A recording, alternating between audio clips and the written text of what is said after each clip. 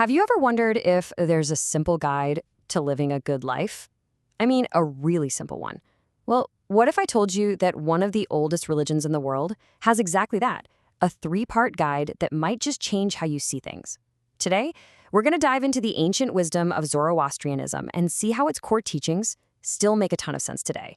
So let's just start with this question. What if an entire moral philosophy, a complete guide to being a good person, could fit in just one sentence?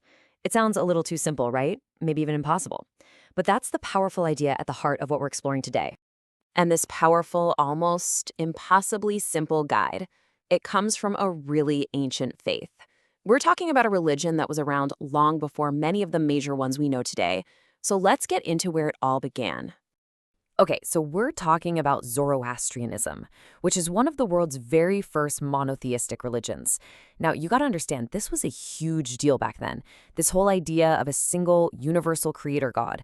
It was a totally revolutionary concept, and honestly, it had a massive impact on the history of human spirituality.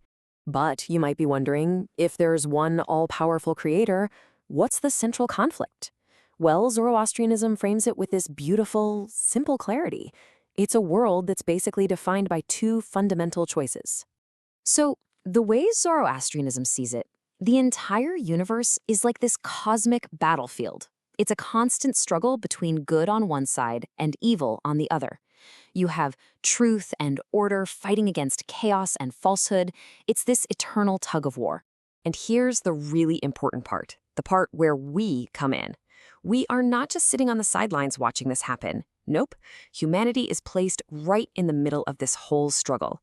And our entire purpose? To use our free will to choose a side, to decide which force we're going to support with our lives. Which, of course, brings us to the big question, right?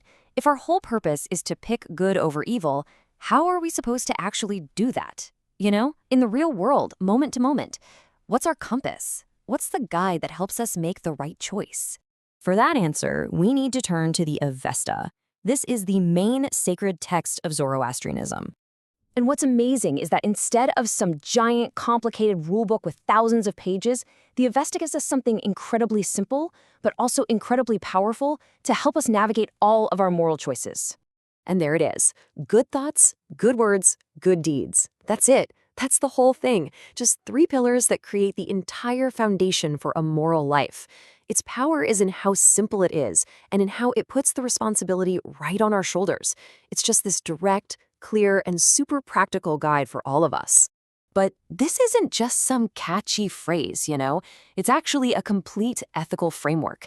They call it the threefold path, and it outlines this really clear progression, starting from our deepest intentions and moving all the way out to how we affect the world around us.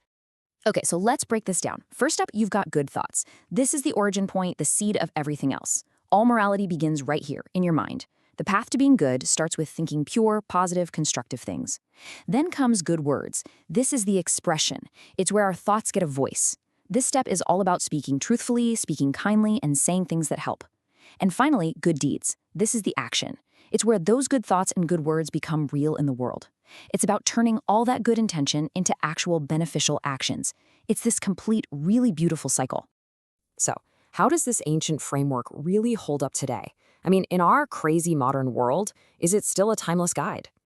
You know, what we've really been talking about here is so much more than a history lesson. It's a real principle for navigating our own complex lives. Think about it.